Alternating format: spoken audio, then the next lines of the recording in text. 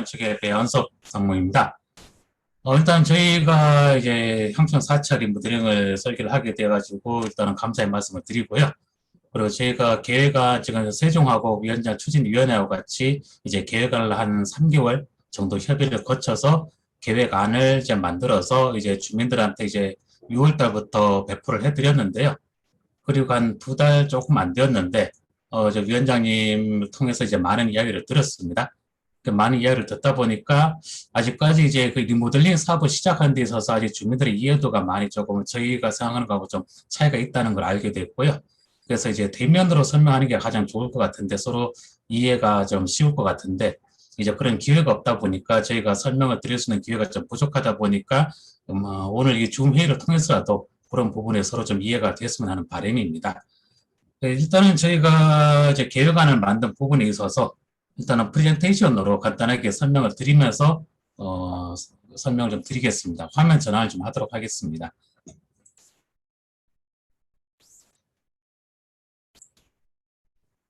화면 보이시나요? 예, 일단 리모델링 관련 규정에 대해서 잠깐 좀 살펴보도록 하겠습니다. 일단은 이제 지금 향촌 4차가 아파트 준공 난 지 약 28년이 됐습니다. 28년 정도 되다 보니까 가장 많이 이야기 나올 수 있는 게 재건축을 할 거냐, 리모델링을 할 거냐, 아마 갈등을 많이 있을 수 있는 시기라고 봅니다. 그래서 일단은 저희 쪽에서 판단했을 때 일단 재건축보다는 리모델링의 사업성이 훨씬 더 뛰어나고 지금 현재 사업을 할 수 있는 유일한 사업이라고 판단이 되는 부분이고요. 일단 화면에서 보시면은 재건축 사업은 도시 및 주거환경 정비법, 줄여서 도정법이죠. 그리고 리모델링은 주택법에서 따라서 사업을 지금 진행을 하고 있는데 이제 재건축 사업 같은 경우는 주변에 이제 인근에 안양에 재건축 사업 한 데가 많습니다. 그거 살펴보시면 알겠지만은 용적률을 주는 데 있어서 그냥 주진 않습니다. 일단 기반 시설을 내놓고 그다음 대지 면적을 줄여서 용적률이 올라가는 체계를 갖고 있는데 그 기반 시설 제공이라는 게 사유지를 내놓는 거죠. 순부당. 그러면 기반 시설은 뭘로 내놓느냐? 공원이라든가 도로를 또 내놓습니다. 그 내놓은 만큼 이제 용적률이 올라가는 시스템인데 지금 안양시 기본계획에 이제 도정 기본계획에 따르면은 3종 일반 주거지역, 지금 향촌, 현대, 사천은 현재 3종 일반 주거지역에 해당이 됩니다. 최대 300%인데 이것은 임대주택을 포함을 하고 있어요. 만약 임대주택을 짓지 않겠다. 지금 현재 학원과 바로 옆인데 임대주택을 원하지는 않을 것 같아요. 임대주택을 빼면 270%예요. 그리고 도로 공원을 한 8%에서 10% 정도 내다 보면은 거의 1대1 재건축이 될 거라고 보이고 있고요. 지금 뭐 1대1 재건축이라도 하겠다라고 하실 수는 있는데 문제는 시기적으로 지금은 재건축을 하실 수가 없어요. 현재 지금 이제 28년 됐다고 했잖아요. 준공난 지가. 지금 현재 법적으로는 30년입니다. 그럼 2년 뒤면 안전진단 할 수 있는데 지금 이제 그거는 법적인 사항이고 국토부에서 고시 기준을 하나 바꿨어요. 구조에 대한 안전성을 상당히 강화를 시켰습니다. 그래서 예전에 20% 구조 안전성을 보던 거를 50% 구조 안전성을 보는 걸로 바뀌었고요. 그러다 보니까 대부분 재건축을 추진하다가 안전진단에 걸려서 대부분 다 떨어지고 있습니다. 그래서 최근에 35년 된 아파트가 2년 전이죠. 35년 돼서 안전진단을 신청을 했는데 한 군데가 붙었습니다. 안전진단을 통과를 했죠. 목동에서.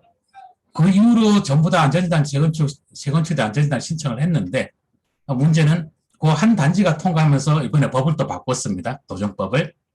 안정성 검토를 지자체에 맡기지 않겠다. 공공에서 검증하겠다로 바뀌어가지고 나머지 단지는 다 떨어졌어요. 그래서 지금 현재 이제 목동에서 안전진단을 다 떨어지고 있는 과정에 있고요. 안전성 검토에서 다 누락되고 있는데 목동에서 안전진단을 하는 그 단지들이 전부 다 15층짜리입니다. 근데 여러분이 살고 있는 향촌 현대 4차는 지금 현재 25층이에요. 그러다 보니까 지금 현재 향촌 현대 4차가 재건축을 좀 하겠다라고 이제 판단을 하시면은 약 한 최소 40년은 지나야지 입주한 지 준공한 지 40년 그러니까 앞으로 12년이죠. 12년 정도는 지나야지 이제 재건축 안전진단을 통과할 가능성이 있겠다라고 판단되는 부분이에요. 그러다 보니까 12년 뒤에 기다렸다가 재건축을 해서 1대1 재건축을 하실 거냐 아니면 지금 이 시점에 리모델링을 해서 일반 분양을 해서 이제 좀 분담금이 적은 리모델링을 하실 거냐에 대한 판단을 하시게 되는 부분이고 그래서 현재 리모델링 추진위원회가 만들어진 사항이 되겠습니다. 리모델링 같은 경우는 용적률 제한이 없습니다. 땅을 내놓는 곳도 없어요. 그러다 보니까 지금 현재 안양시에서는 법적으로 다 찾을 수 있는데도 불구하고 지구단위 계획에서 300%를 좀 제한을 하고 있습니다. 하지만 300%를 가는 데 있어서 땅을 내놓는다든가 기부 찬업을 한다든가 그런 상황은 없고요. 그리고 현재 15년만 지나면은 준공한 지 15년만 지나면 리모델링, 증축형 리모델링 할 수 있게끔 되어 있는 상황이 되겠습니다. 다음은 이제 리모델링에 대해서 종류가 두 종류가 있습니다. 수직 증축과 별동 증축인데요. 일단 수직 증축은 일반 분양을 지금은 위에, 아파트 위에 일반 분양을 3개층, 최대 3개층까지 올려서 하는 거고요. 별동 증축은 옆에다 짓는 겁니다. 일반 분양을 위에 안 짓고. 그러다 보니까 사업비는 아무래도 수직 증축이 좀 공사비가 비싸요. 그리고 별동 증축은 수직 증축에 비해서 공사비가 좀 낮은 편이고요.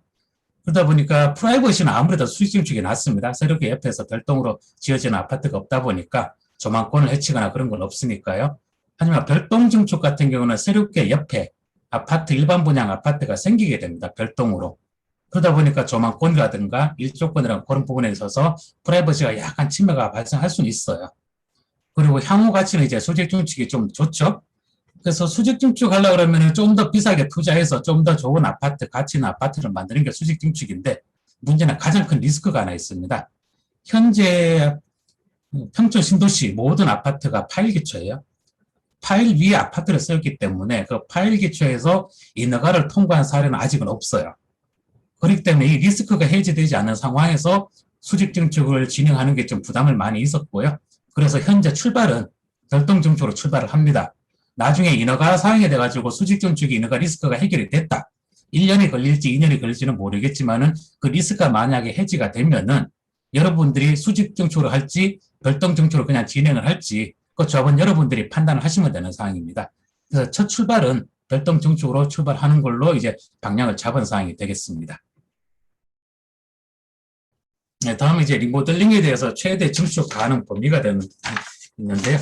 리모델링 하면 얼마나 늘릴 수 있느냐라는 부분입니다. 법에서 규정한 사항이죠. 이제 전용 면적을 보시면 이제 8호 미만 40%, 8호 초가 30%로 되어 있습니다. 이 8호 제곱미터라는 게 이제 국민주택을 말합니다. 흔히 33평형, 34평을 말하죠. 국민주택은 40%까지 늘려주고 국민주택이 아닌 대형주택은 30%까지만 늘려주겠다라는 사항이다 보니까 현재 여러분이 갖고 있는 전용 면적은 현재 약 12,767평입니다.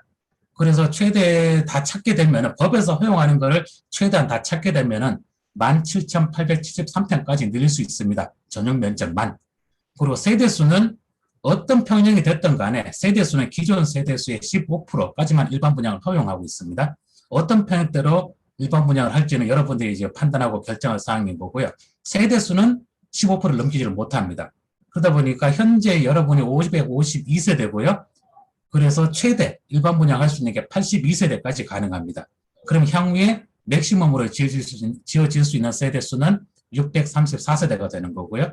그리고 층수는 수직 증축에 해당됩니다. 수직 증축일 경우에 14층 이하는 2개층, 15층 이상은 3개층 증축할 수 있는데 지금 현재 여러분은 수직 증축이 아니고 별동 증축으로 가는 거기 때문에 그 별동에 대한 별도의 층수 제한은 없다고 보시면 됩니다.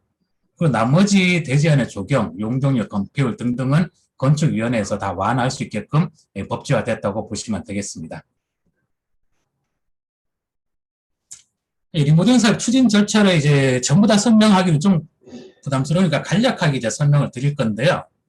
이거를 설명을 좀 빼려고 했다가 제가 임의로 다시 넣었습니다. 아무래도 이해도를 좀 높이기 위해서 넣은 건데요. 현재는 추진위원회 상태입니다, 여러분들이. 추진위원회에서 하는 일은 뭐냐? 리모델링을 할 건지, 리모델링을 하지 않을 건지를 주민 의견 수렴을 통해서 결정하는 겁니다. 그래서 그 결정 방식은 동의서 증거 방식이 되는 거고요. 그래서 동의서가 단지 전체 3분의 2, 동별 과반수가 나오면은 창립총회를 거쳐서 조합설립 인가를 받을 수 있는 부분인데 지금 현재 단계는 주민들의 의견을 수렴하는 과정입니다. 그러다 보니까 주민들한테 리모델링 하실래요? 안 하실래요? 물어보려니까 그럼 리모델링 하면은 내 집이 어떻게 바뀝니까? 당연히 거기에 대한 답변을 해드리다 보니까 이제 계획안이 만드는 거예요. 단위세라든가 베스트안이 만들어지는 거고 그럼 내가 몇 평형으로 하기 위해서 얼마가 필요합니까? 라고 하다 보니까 계략적인 분담금을 산출하는 겁니다. 그러다 보니까 지금 현재 만들어진 계획안이라든가 조합원 분담금은 일정 예시라고 보시면 됩니다. 확정된 건 아무것도 없고 현재 추진위원회는 공식적인 대표자가 아닙니다. 조합이 설립돼야지 공식적인 대표자가 되기 때문에 현재 추진위에서는 주민들의 의견을 수렴하는 과정인 거지 주민들의 어떤 재산권이라든가 그거를 결정할 수 있는 단체는 아니라고 말씀을 드리겠습니다.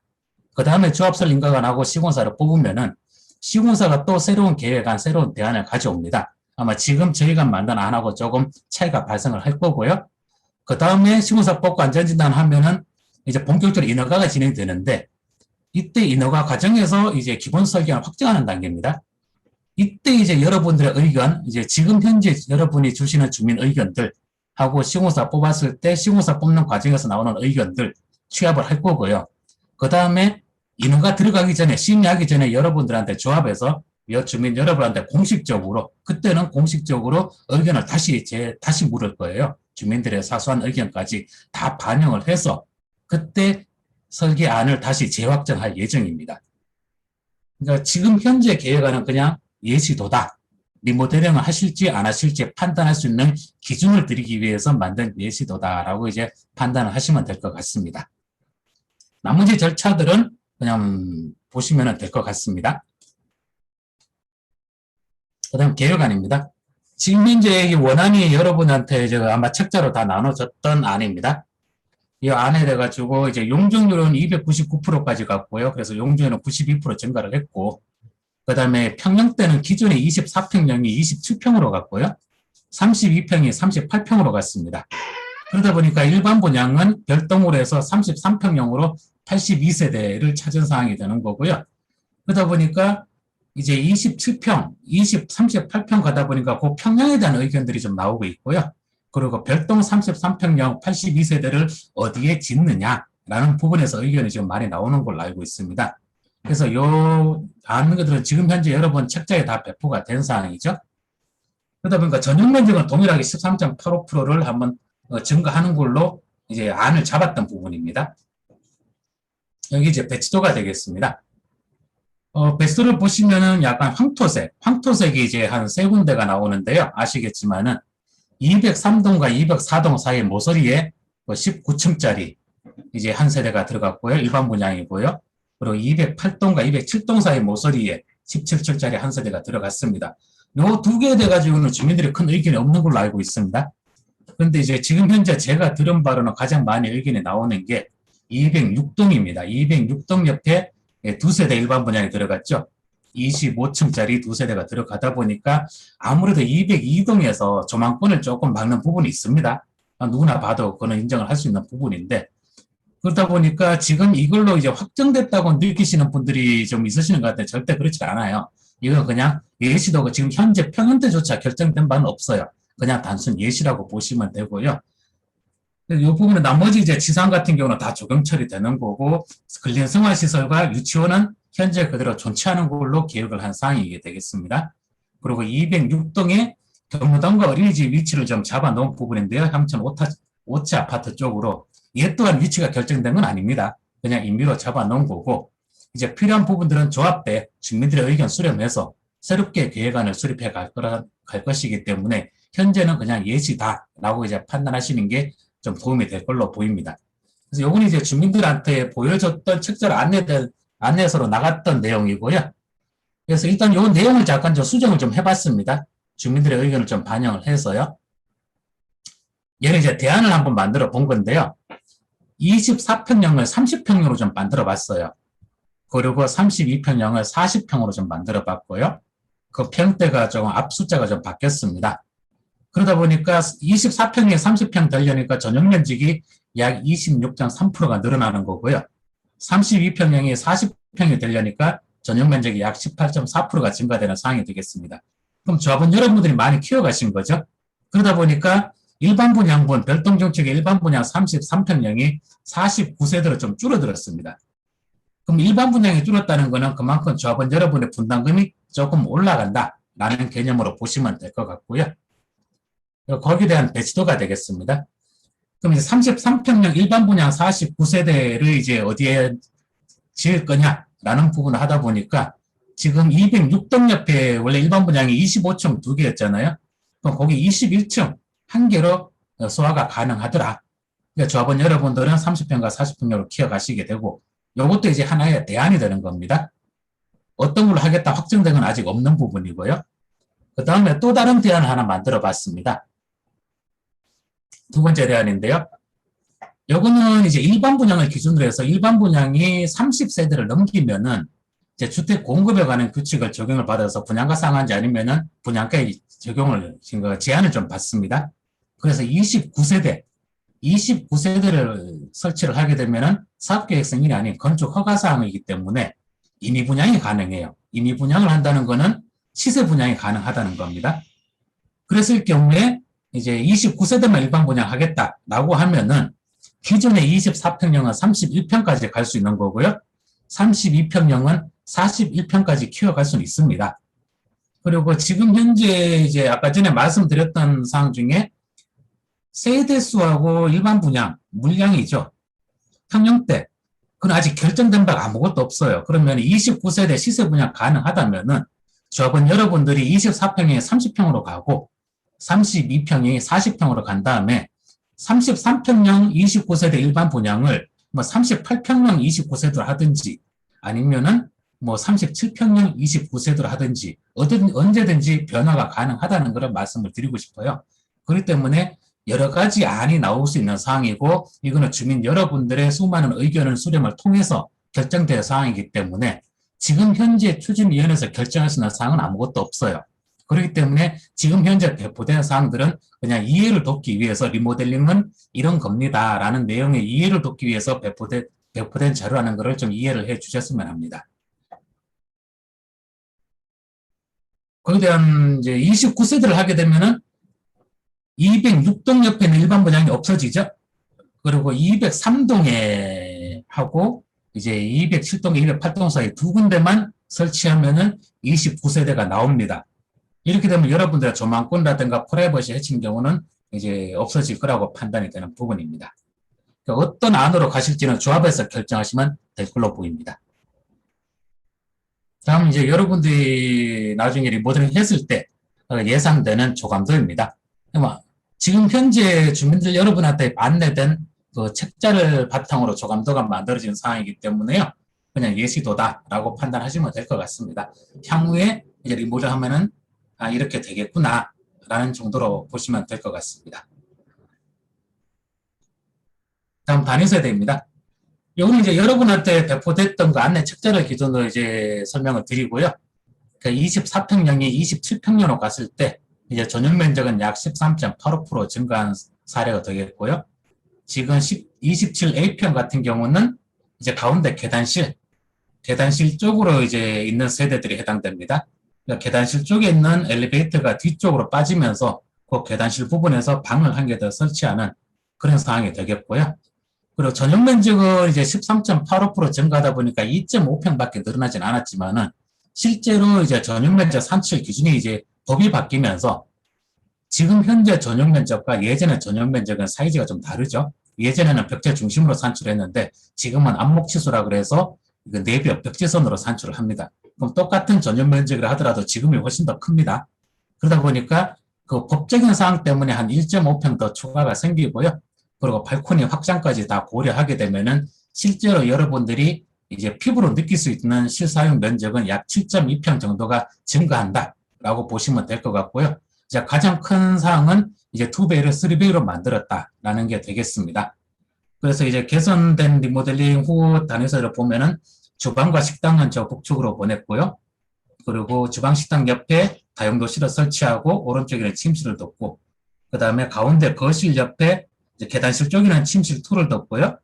그리고 기존에 이제 침실에는 드레스룸이라든가 부부 욕실이 없었는데 드레스룸과 파우더룸 그리고 욕실, 부부 욕실을 설치해줘서 이제 마스터 공간으로서 충분히 뭐 공간을 만들 수 있는 그런 공간을 좀 계획을 해줬던 사항이다라고 보시면 되겠습니다. 다음은 이제 얘는 측세대가 되겠습니다. 그러니까 측벽은 관계 헐 수 있는 게 뭐 규제를 하고 있는 게 없기 때문에 측벽은 헐어서 침실 툴을 좀 더 만들어서 3배를 만들었다라고 보시면 되고요. 얘도 똑같습니다. 2배가 3배로 된 게 이제 가장 큰 사항이 되겠고 전용 면적 증가율은 똑같고요. 전용 면적 또한 실사용 면적 또한 비슷하게 증가되는 상황이 되겠습니다. 다음 27 C평형입니다. 24평형이 27 C평형이 되는데 얘가 이제 207동에 해당되는 부분이에요. 207동이 아마 여러분들이 아마 기준층이 아마 8세대가 살고 있어요. 그러다 보니까 양측에 2세대는 3베이가 가능한데 가운데 4세대는 이제 3베이가 좀 곤란한 부분입니다. 현행법적으로 3베이가 만들기가 좀 어려운 부분이 있어서 얘는 부득이하게 이제 2.5배가 형성이 된 부분입니다. 그래서 전용 면적 증가율이라든가 뭐 실사용 면적은 거의 비슷하게 커지는 부분이고요.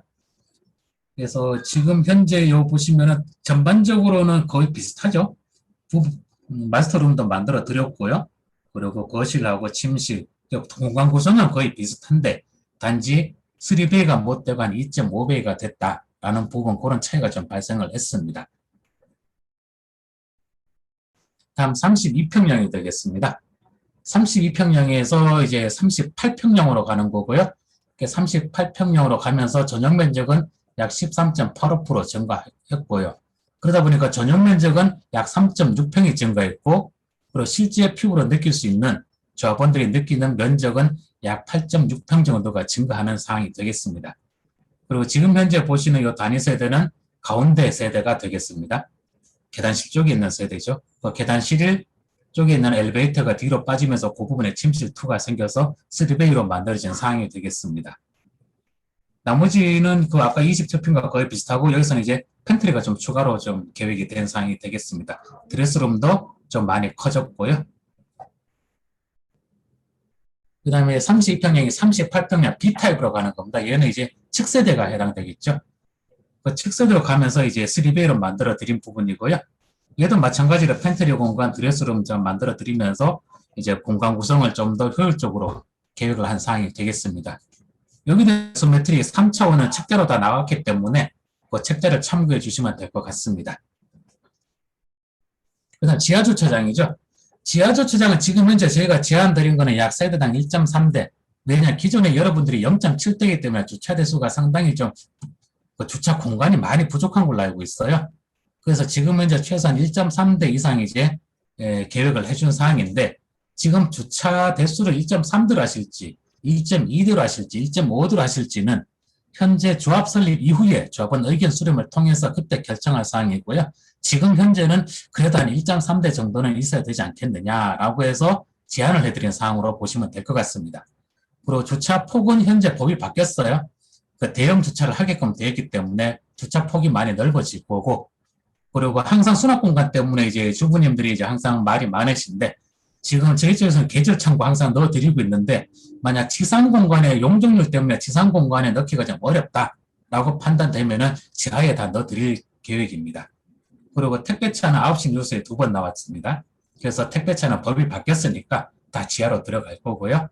그리고 전기 자동차 충전소 조합원 여러분들이 원하시는 만큼 다 설치해 드릴 거고, 그리고 가장 중요한 거죠. 지하 주차장에서 엘리베이터로 직접 다 연결시켜 드릴 겁니다. 다음은 이제 커뮤니티 센터죠. 주민 공동시설. 지금 요 나온 거는 기본적인 사항들입니다. 피트니스 센터라든가 카페, 그리고 골프클럽, 독서실 이거는 기본적인 아이템들이고 조합원 여러분들이 필요하시다 그러면은 뭐 제안을 하시면 돼요. 추진위원회 제안하시든가 향후 조합에 제안을 하시든가 뭐 여러 가지 아이템들이 있으면 제안하셔도 되고요. 사우나 있으면 좋겠다. 뭐 제안하시면 되고 뭐 호텔식 조식 서비스 적용하자 제안하시면 됩니다. 그런 분들을 최대한 조합에서 의견 수렴해서 조합에서 이제 그 내용들 아이템들을 결정을 해서 계획이라든가 인허가에 반영할 계획입니다. 현재 추진위원회에서는 이러한 게 있다라고 이제 예시를 드리는 사항으로 보시면 되겠습니다. 다음에 이제 외부 조경 계획이죠. 지금 현재 지상에 있는 모든 차량은 지하로 다 들어가게 됩니다. 그러다 보니까 지상은 다 조경 처리될 거고요. 그러다 보니까 수공간도 만들어질 수 있는 거고, 그 둘레길도 만들어질 수 있습니다. 그렇기 때문에 지상은 뭐 조경으로 이쁘게 꾸며야 되겠죠. 아무래도 주변 단지하고 연계해서 하다 보면 단지의 가치가 많이 올라갈 걸로 판단이 됩니다. 여기까지가 이제 저희가 기본적인 안을 좀 설명을 해드렸고요. 아무쪼록 리모델링 사업의 성공을 기원을 드리겠습니다. 궁금한 사항은 뭐 지금 채팅이라든가 그것을 통해서 이제 질문을 받도록 하겠습니다.